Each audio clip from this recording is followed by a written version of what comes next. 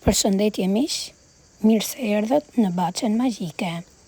Vera është koha më e mirë për të mbledhur bimët aromatike.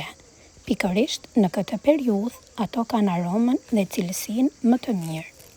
Nëse i thani në mënyrën e duhur dhe i ruani me kujdes, do t'i përdorni gjatë gjithë dimrit për çajra, gatime dhe për t'i dhënë ushqimit një aromë krejt natyrale. Sot do t'u tregoj 7 bimë aromatike që unë i mbledh çdo verë dhe nuk mungojnë kurrë në shtëpinë time. Po filloj me borzilokun, bimën e vogël me vlera të mëdha, një nga bimët më të dashura të kuzhinës. Ai i jep një aromë të veçantë sallatave, salcave dhe shumë gatimeve. Mblidheni kur gjethet janë të shëndetshme dhe plot aromë. Thajeni në hije, në një vend të ajrosur dhe më pas ruajeni në kavanos shelqi të mbyllur mirë. Një çaj me borzilok është shumë i mirë për të ulur fryrjet e barkut pas vakteve.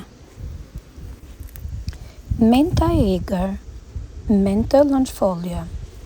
Menta e egër ka një aromë të fortë dhe freskuese. Shumë njerëz e përdorin për të përgatitur çajra aromatik. Ndihmon tretjen, mblidhet gjatë lullëzimit, thahet në hije dhe ruhet larg lagështirës që të ruaj aromën e saj. Është mbledhur që në kohët e lashta. Dhe tani e ka radhën nenexhiku ose mentë piperita. Nenexhiku është një nga bimët më të përdorura në familje. Aroma e tij freskuese e bën të përshtatshëm si për çaj, ashtu edhe për pije të ndryshme dhe gatime. Pas tarjes në hije, ruajeni në kavanos shelqi. Thajeni me kujdes, gjethet mund t'i coptoni dhe t'i ruani edhe në letër ose në kavanos shelqi. Një çaj me nenexhik shumë efektiv për heqje barku. Melisa ose bari i bletës, siç njihet në gjuhën popullore, njihet për aromën e saj të këndshme me nuancë limoni. Ajo përdoret shpesh për çajra dhe pije aromatike. Gjethet mblidhen tani, thahen ngadalë në hije dhe ruhen në një të mbyllur mirë. Duhet pasur kujdes që melisa mblidhet pak para fillimit të lullëzimit ose në fillim të lullëzimit. Atëherë vajrat e saj esencial e ruajnë më shumë vetit e tyre. Melisa është njohur ndryshe si çaji kundër stresit dhe ankthit. Aroma e saj tërheq bletët dhe mjalti i tyre është më i kërkuari.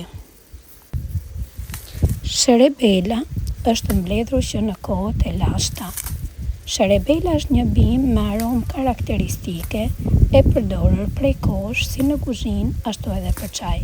Mblidhet gjatë verës. Duhet patur kujdes që sherebela duhet të mblidhet në kohën e lullëzimit të saj. Duhet të mblidhet pas vesës ose nuk duhet të mblidhet pasi të ketë rënë shi, sepse vajrat e saj që ndodhen poshtë gjethes, kur e prekni gjethen e sherebelës, ajo ka një lëndë ngjitse dhe kur bie shi, atë lëndën ngjitse e lan. Pra duhet të kalojnë 2 ose 3 ditë pasi të ketë rënë shi. Mblidheni dhe thajeni në hije. Kur të thahet, duhet të ruaj ngjyrën e saj. Kujdes, ruajeni në letër ose në kavanos shelqi. Vendi i ruajtjes ka shumë rëndësi pasi ndikon në prishjen e saj. Por duhet të keni kujdes, jo të gjithë personat mund ta përdorin sherebelën.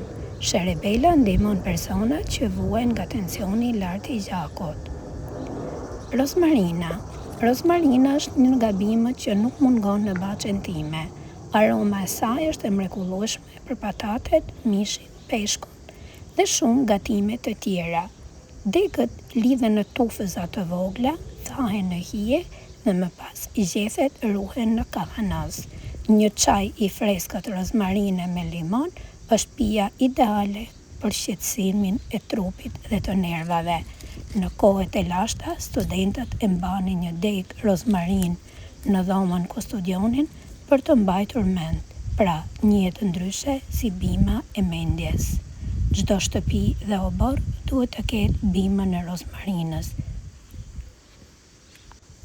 Dhe nëse nuk e keni në obor, gjeni dhe thajeni tani në kohën më të mirë për ta tharë dhe ruajtur rozmarinën, pasi më vonë gjethet e saj prishen nga vapa dhe nuk e kanë freskinë që mund të kenë tani. Dafina është e njohur për aromën që u jep gjellëve tradicionale. Gjethet mblidhen kur janë të shëndetshme, thahen në hije dhe ruhen në kavanos ose në qese letre, larg lagështisë. Një çaj dafine të shqetëson mendjen. Në mbrëmje kur ndiheni të lodhur, nëse pini një çaj dafine, do të jetë pija ideale për të shqetësuar. Gjithashtu, lehtëson rrugët e frymëmarrjes. Mos harroni një rregull të rëndësishëm. Asnjë nga këto bimë nuk duhet të thahet në diell të fortë. Thajeni gjithmonë në hije dhe në një vend të ajrosur, në mënyrë që të ruajnë ngjyrën, aromën dhe cilësinë e tyre. Kështu edhe në mes të dimrit do të keni në shtëpi aromën e verës dhe do t'i përdorni sa herë të dëshironi. Nëse video ju pëlqeu, mos harroni ta pëlqeni, të abonoheni në kanalin Baçja Magjike dhe më shkruani.